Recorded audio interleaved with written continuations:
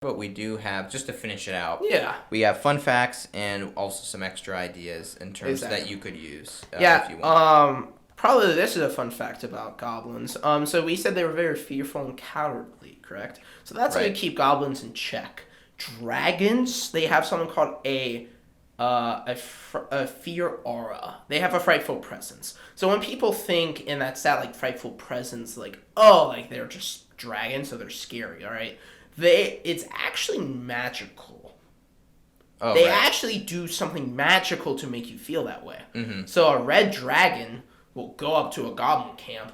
All of them would instantly just fail the check, and they'll just be terrified. And they can just keep doing it. And the frightful presence, like what it says, you can choose one target. You don't have to choose all of them. So if you do that onto the boss. Wait, wait, what is this about goblins? So this about goblins is like if you have a fearful magic, you can just take control of the entire camp. Oh, I see. Yeah, like literally that's what dragons do. They'll go in, do the magic, and say, all right, guys, be scared of me. And naturally they would be scared of a dragon, but like just the magic part of it, you can do that to goblins. I guess that would be a quick save in terms of quick save. If you're ambushed by goblins like we described. Yeah, if you have anything that make them all scared of you, they'll run away. Yep, exactly. They'll run away. And that will be easy because goblins get scared really easily. They do. Yep, it's really easy. Do you have a fact? Yeah, I got some. So one of them is just the fact that they eat so much. Like apparently they're so ravenous that they'll eat like 10 plus times a day. And I think that really drives why they are always ambushing and always raiding because they're just always hungry. And they will eat pretty much anything, including you, if they have to. Mm-hmm. And so that could be very interesting if you wanted a more they would grim, probably dark even eat campaign. each other. They would really that if bad. if they have to. Yeah. But they do a lot of hunting, and so they'll try to eat your stuff first. Yeah, the good thing that you brought that up, if you have a goblin lord, make them really obese. Did you remember in The Hobbit? Oh yeah, when Gandalf went to the Goblin King? He was fat. He was huge. Super big. He was fat. And that does make sense. Although, if we're talking why they eat so much, perhaps they have a high metabolism. But yeah, making one fat would be really funny. Because that they would want all the food. So that actually happens in nature. You have animals like a alpha wolf is kind of pudgy. There's animals, I can't think of one at the moment, but basically they will kill something, right? They'll be eating it, and then they will see another animal, and just the way their brain works is they will leave the thing they just killed to go kill the other thing. And the reason they do that is they're hardwired to be thinking, I never have food, so if I see something alive, I must kill it. Right, so I think that's I think leopard seals do that, actually. Leopard seals do that. Lions, I think, do that too. And so goblins might also do that. Yeah, the goblins might think, like, oh, there's no food. There's a village over there. Maybe they are at the campfire, like, grilling whatever they just killed, and they might see you and be like, oh, let's kill them now. You know they may never be satisfied. So I think that's interesting. Another fun fact is they love fire. And so if you're going to have them incorporating things or attacking things, use pyro wizard. Yeah, pyro wizard. Or just if they're raiding a village, make sure they're burning down. Oh, yeah. I don't know why. They just do. They really like fire, yeah. This is probably a funny one. This is in most campaigns, but I think this is in the Forgotten Realms, or this is in Ravnica, which is another thing that D&D, the Wizards of the Coast made. There used to be, like, goblins were one of the first races, so there used to be this goblin empire. Okay. But when the other races came, they're like cavemen took down a goblin empire. Oh. So they're super salty about that. So they're like, we used to have this awesome empire until these people clubbed came. men. Yeah, the clubbed men. Literally clubbed dudes took down a goblin empire. Well, that's interesting because goblins are primal, right? Yeah. And so but in essence they are weak, right? They're these weak primal creatures. So their weakness is that they are naturally weak, but they're, in terms of when we're talking about ambushes and stuff, their advantage is that they are primal. And so if you have like this sophisticated elf walking through the forest, they may not be ready for the sheer like primal like carnage that goblins are going to inflict upon them. Yeah. But if you take those elves, let's say you took primal elves, it's not even going to be a competition, right? Oh, Because those elves are elves- so much more capable physically that Like, if you take primal elves versus primal goblins, they're just going to take over the goblins. So that must have been what happened. Yeah, no, like, well, no, even, like, the goblins, like, in the Goblin Empire, they had, like, spells and stuff. And I kind of forget, I could be wrong. I think I remember reading this, but it took one young dragon. Young dragons are, like, big as, like, toothless. Okay. So they're small. Took one of those to take out the capital. So it's really sad. And even the gods, the gods of goblins were like, yikes. And all the gods looked at him and were like, bro, like, your people suck. You know, right. like, yeah, even the god is embarrassed of goblins. Like, that's how bad they are. So it's, you know, it's just kind of funny. Yeah. Yeah. All right. Another thing. So they love fire. They hate horses and dogs. Apparently, horses will like always step on them and stuff. Hey, why dogs though? Yeah, this is interesting. So you have wolves and you have dogs. So they like wolves, but they don't like dogs. Are dogs and just too chill? I get. Too lovely. I don't They're know. Too They're fluffy. I don't think dogs like them is the issue. Oh yeah. And so they hate dogs in that. Oh, this totally makes sense. Goblins hide. Dogs find them. Oh right, yeah. You know what I mean? They Yeah. can smell. So it's Yeah. like that would be a reason. So if your party has dogs, definitely have those dogs start barking or whatever if a goblin is nearby. Yeah, no, actually a big counter to goblins. Goblins use beasts. You should also have like beasts. maybe you should have one of your party members on your griffin in the sky. Well, if you have a griffin, you're fine. Well, maybe But if you have like a panther, mastiff. yeah, or like a dog or like a panther or something, like, or like even like an eagle. Have your eagle like cacawing, saying there's danger. That's actually a strategy. And if you have a druid, yeah, no, especially a druid. But like most people in D&D, they really underestimate having like a good like mount or companion. They can be just so annoying to have. You know, they can. You have to like keep them safe and. That's true, but like some of the benefits are like super good. Like if you have a war horse, I've never in my time had anyone go on like a mounted combat. Never did that once. But like a war horse will instantly kill a goblin. That's probably why they hate horses. They just get trampled immediately. Oh like, right, they yeah. just get obliterated by a horse. So I have played mounted combat and it was annoying because I just felt like I was safe. Like I wasn't gonna die in the situation. Like I had contingencies if things happened, but my horse was not. I mean, you know what I mean? Well, I mean, it's a horse, but like you know how the horses always die. It's like they start stabbing, and then your horse dies. You flip off of it, and it's like. Oh, well, I mean, yeah. I mean, what I would do if I was on combat is I would charge in, and then I would just run past them. That's a thing. That's what I did, but I mean, I think that's a thing. You can just run past them, and they can't hit you back unless they have range. Right. Yeah. I think that is a thing. Yeah. Okay, I have one more fun fact. Do you have any more? This one's kind of a lot. I don't have any more. All right, so this is the Goblin episode, and we could not, in my opinion, have a Goblin episode without talking about the Nobog. Have you heard of the Nobog? Is that like the trickster one? Yeah. The magic that basically just starts insulting the party and just they're so annoying that they like just mess they with are them. very annoying. Okay, so I'm gonna go into it. So none of this, obviously, you have to know to play goblins, right? But this is just a really fun thing you can throw in. Nobogs. Let's go into a little bit of how goblins' religion works because it's relevant for Nobogs. So in the past, the goblins used to have a whole pantheon of gods and goddesses. There was this god that came in. Oh my! I cannot pronounce his name. He's like the M one, the one with the It's like Makava. Something. Yeah, if you look it up, you'll see it. But it's an M god. Is it the overseer? That's what other people call him. Yes. Overseer. Yeah, let's call him overseer. The overseer comes in and completely destroys all the goblins' pantheon, the entire pantheon, kills everyone. Oh wait! This one goblin guy just came in. He's not. He wasn't a goblin guy. He just is a god of something else.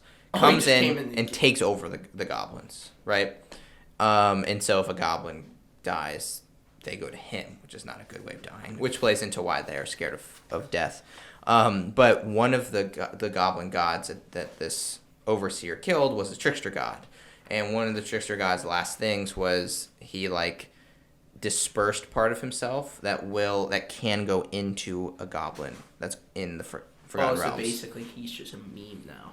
He just messes with people. Yes, but what does a Nobog do? It's very cool. Nobog, I mean, the hint is in the name. Nobog is goblin spelled backwards. And so what if a goblin becomes a Nobog, and the way a goblin becomes a Nobog is... Do they just hate other goblins because they're praising the overseer? They could. It could be the way you do that. But the way a Nobog or a goblin becomes a Nobog is if they're, like, being especially preyed upon. So let's say you have a goblin and you're just, like, whipping the goblin nonstop. There is a chance that it will become a Nobog, because that's what the trickster guy, like, created it for, was to, like, take a goblin that was being abused and make the goblin something more powerful. And so what a Nobog is it is the reverse of everything that a goblin is. So it doesn't betray, it's very smart, it's like not insecure. So it's actually like they can be very good. Yeah, they can be good, but they do still care about their goblin kind, so they will defend. But where it gets interesting combat-wise is they get healed by damage, right? You cannot kill a Nobog by fighting it. Wait, what? Wait, they're basically immortal, but a way you can play it is... I mean, can like a wisp spell get rid of it? A wisp spell? I mean, wisp spells can do, I guess, anything, right? Yeah. But beyond wisp spells, the only way that you can really kill a Nobog is by heal spells, because it does the reverse. Oh, so the cleric comes up, grabs his face, and does oh, that's awesome. Yeah. Actually... But you have to have heal spells to kill it.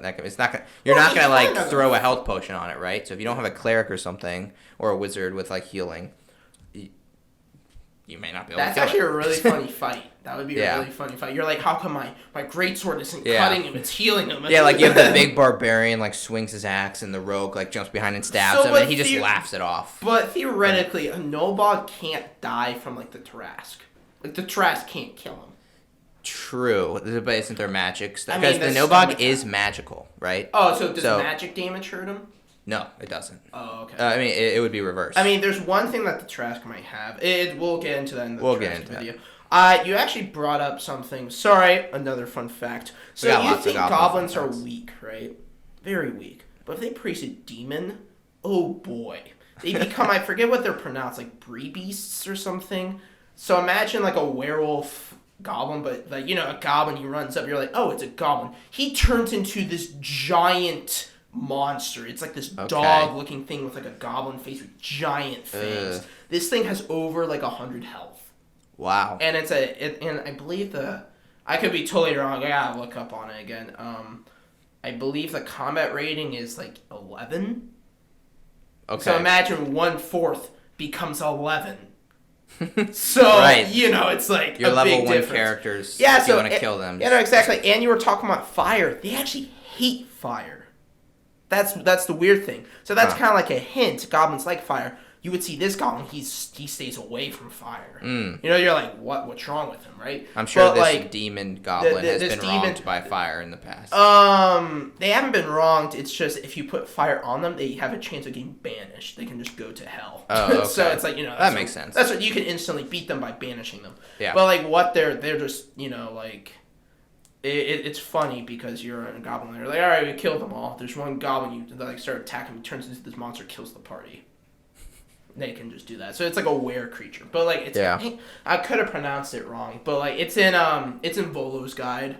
Okay. But it's a very you know, it's kind of with the Nobog thing, you know. That's another goblin thing that's overpowered, like, you know, like if you have one of those things that's bad. I actually used one of those one time. And it was very funny to see the players' reactions. No, yeah, they're like, "Wait, what?" And, you know, they're like, it's funny to scare your players, but yeah, it's a good way to incorporate goblins in your campaign if you have higher level players, because if they're just a regular goblin, of course you can do the ambush stuff, but you can also throw in these really wacky versions. Exactly. So yeah, exactly. So that's good. Yeah, that's all the fun facts I got. Obviously, none of the fun facts you need to know to DM a goblin. That is true. But yeah, why not? Yeah, why not know them? Yeah, no. All right, so we took the initiative to come up with some ideas you can use goblins for, and just to kind of really like make the point of how to DM a goblin a little more strong. Yeah. So what do you got? I have a pretty fun one. I didn't have it down, but I have it brainstormed.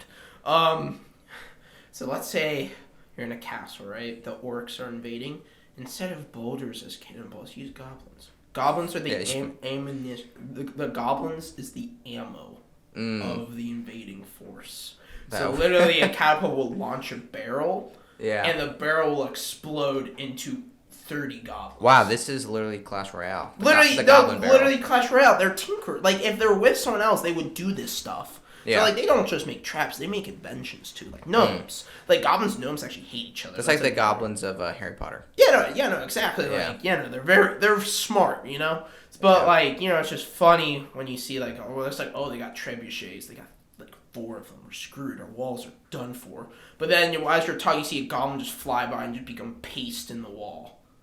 You know, it's, like, just funny. And then, you know, goblins, they would, like, launch. Goblins would ride, like, boars or something, you know. Like, goblins, you could make them, like, making them ammo of the army is just funny.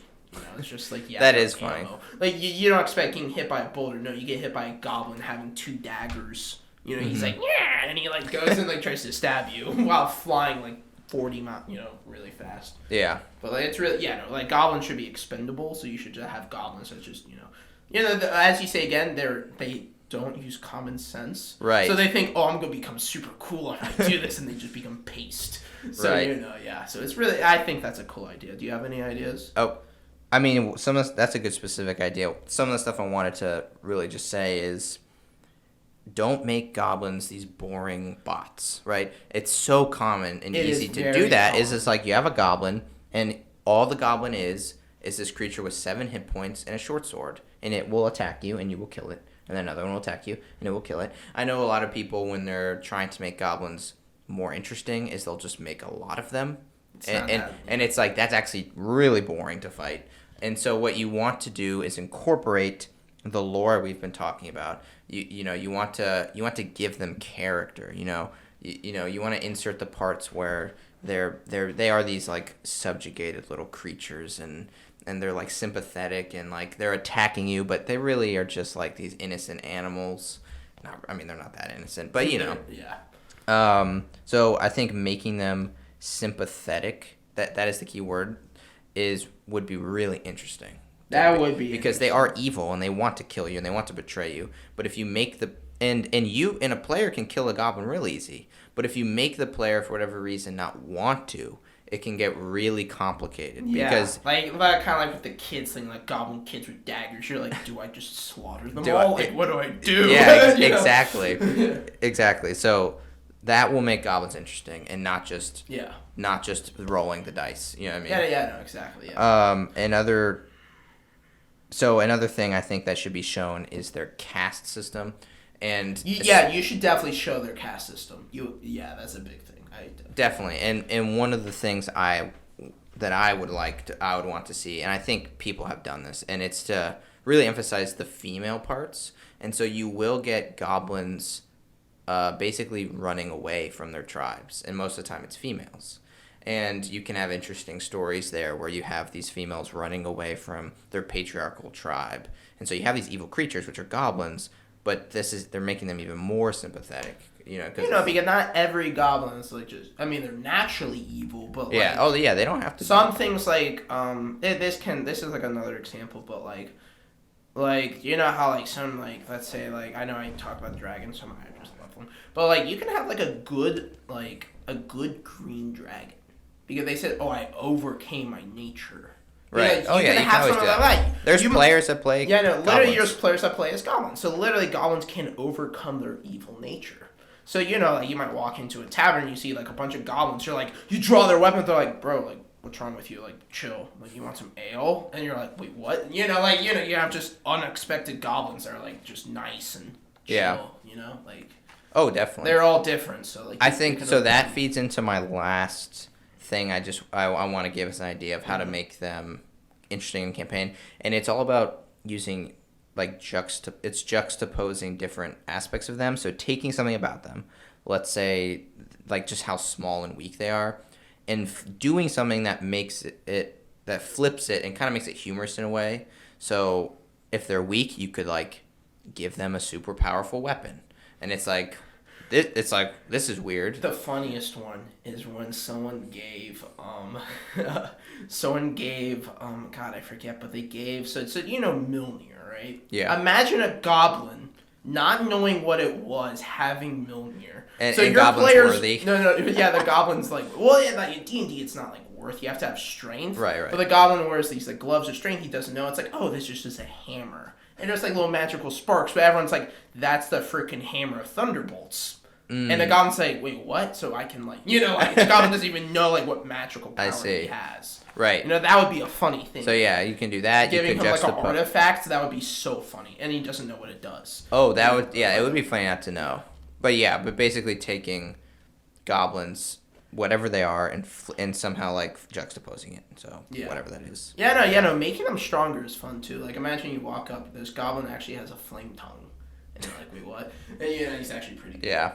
Like I remember our first campaign we did together, we had what was his name? He kept just dodging everything. Oh, is it Cavnus Squall? No, wait. It was like... Oh, Dodge Master. Dodge Master, yeah bro. Like, literally, I will say goblins are a little close to my heart because the first NPC I ever created... Was a goblin? Oh. And he actually was a Nobog. But that's when I was, like, new to D&D, and I didn't know how, like, OP a Nobog is. Wait, he was a Nobog? So I had him as he's a Nobog, but he also wears... I forget what it was. It was a magical item that reverses you like Nobogs do. So he was a Nobog that was reversed, making him just normal. Right? Wait. So you have a goblin. Wait, so theoretically if you take his necklace, you become like a Nobog. He does. No, so basically what the plan was is there would be his name was Cavnus Squall, and I made his first name impossible to say because I wanted people to call him Squall. So there was Squall. He was a Nobog.